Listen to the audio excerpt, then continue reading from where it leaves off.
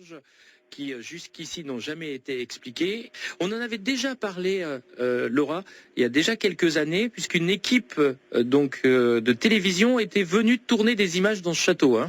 Oui, exactement. Alors de mémoire, c'était en 2012 et c'est une équipe qui était venue tourner sur le site et l'émission a ensuite été diffusée au Canada. Qu'est-ce qui se passe dans ce château ? Il se passe des choses étranges. Ah. C'est-à-dire que depuis des années, il y a des pas lourds qui sont entendus, des claquements de portes, des déplacements de meubles, des chutes d'objets, des bruits inexpliqués, des apparitions.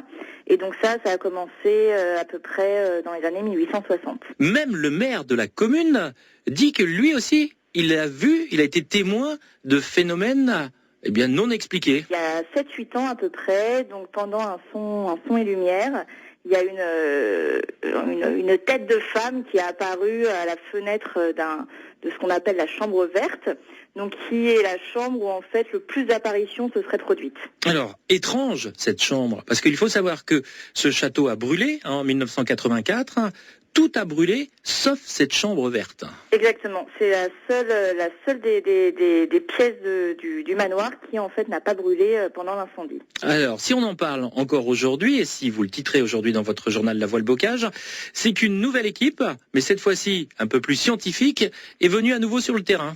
Voilà, donc là, c'était lundi dernier, donc le lundi 27, c'est le groupement de recherche d'études des phénomènes paranormaux qui est venu de Paris pour poser son matériel et essayer d'analyser, d'en savoir un petit peu plus sur ces phénomènes qui continuent au château.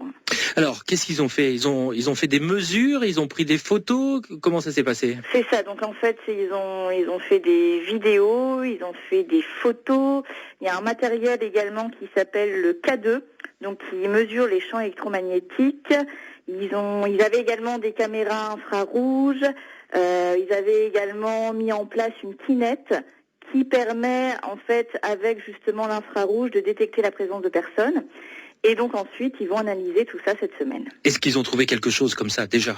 Alors, là, comme ça, ce serait trop tôt pour le dire. Après, ils ont effectivement ressenti quelques étrangetés pendant leur nuit passée au château. Et vous, en allant faire votre reportage, vous n'avez croisé personne ?